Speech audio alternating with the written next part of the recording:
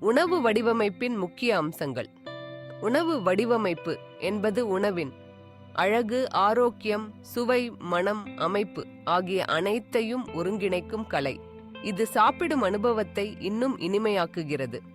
கண் கவர்ச்சி, visual appeal.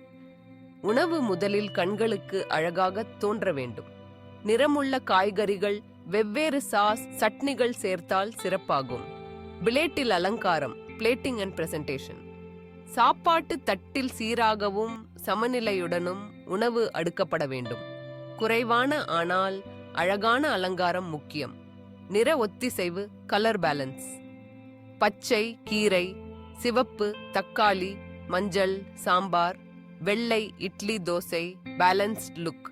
உணவின் தன்மை, texture, soft, crunchy, semi liquid ஆகியவை சேர்ந்து இருக்க வேண்டும்.